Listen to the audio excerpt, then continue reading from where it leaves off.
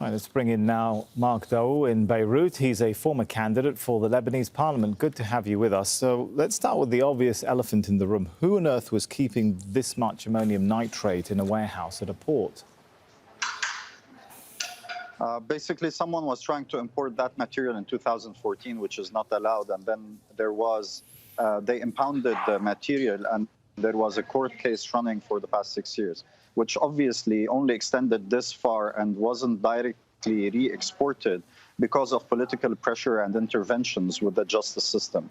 Another side of the corruption that dominates Lebanon and has led to the systematic breakdown of the state and the failure of so many functions, including economic, we already had a crisis with garbage piling up. And now with that explosion yesterday, it rained glass in Beirut.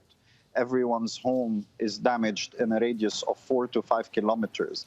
People's lives are completely damaged, not to mention the corona crisis. We'll get to the damage in a moment, but the thing that's perhaps interesting, one of the many things sadly interesting here, is when you say because of corruption it was left in the port.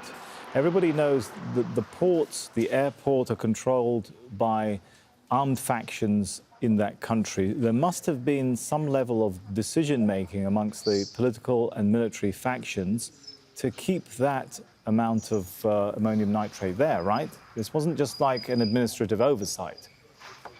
Yes, it's not a pile of small combustibles that you can debate and put on the side. It's 2,700 tons of that stuff. And the problem is the defense knows, the Ministry of Defense, they know, Ministry of Interior, they know, the Ministry of Economy knows, the Prime Minister knows, the security agency knows, and if nobody knows, then the justice system already knows, and there's a court case in it.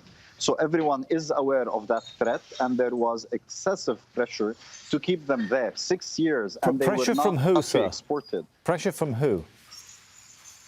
Pressure from the political entities and the people covering those who tried to import ammonium nitrate into the country under the pretext. Who was trying to import this? Is that a matter of public knowledge and court record?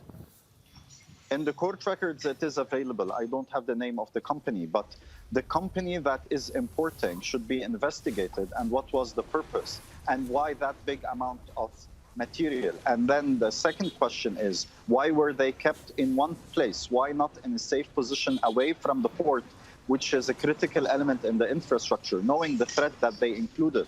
And why weren't they directly re-exported? Why were they impounded for 6 years and no one was capable of taking action?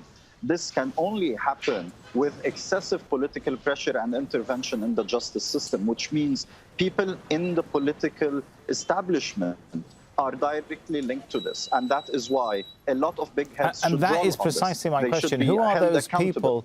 Is it known who are those people in the political setup that decided to keep that there? That is up to the investigations to do.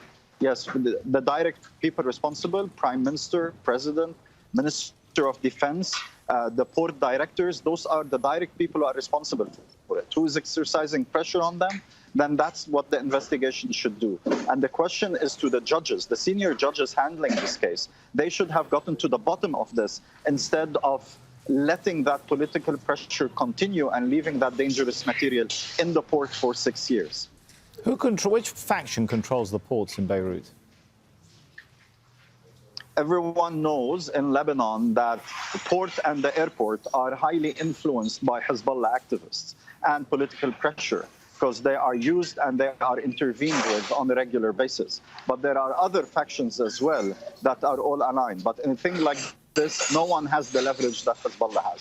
So most probably it's Hezbollah who can exercise pressure of that size in this critical port, which imports 80% of Lebanon's imports in total, including most of its food, most of its medicines. All of that has been damaged. Lebanon's strategic grain backup has been destroyed. The grain reserves, which include wheat for flour and all of this.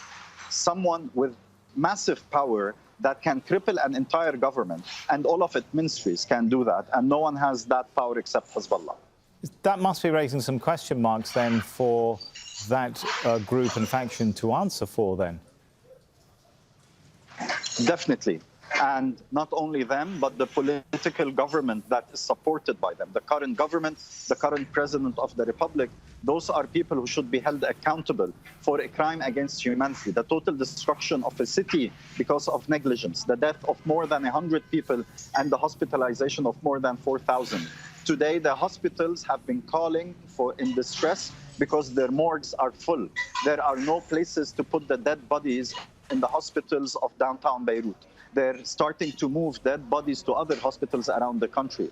This is mass murder committed by the negligence and the political interest of a few who are creating the political power in this country and abusing its people.